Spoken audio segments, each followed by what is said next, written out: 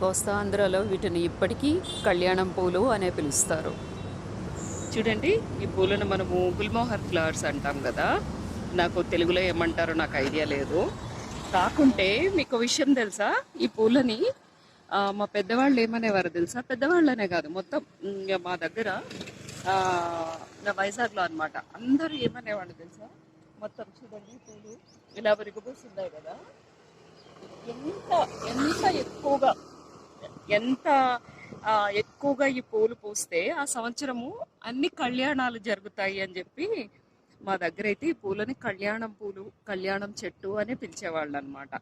నాకు హైదరాబాద్ వచ్చిన తర్వాత దీన్ని గుల్మోహర్ ప్లాంట్ అంటారు, గుల్మోహర్ ఫ్లవర్స్ అంటారు అని తెలిసింది. కానీ లేకపోతే దీన్ని మేము కళ్యాణం పూలే అంటాం కాబట్టి నేను కళ్యాణం పూలే అనుకుంటున్నాను అనమాట.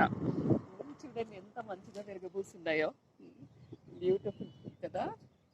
I love it. నేను తల్లో కూడా పెట్టుకుంటుంటాను, నాకు చాలా ఇష్టమైన ఫ్లవర్ అనమాట.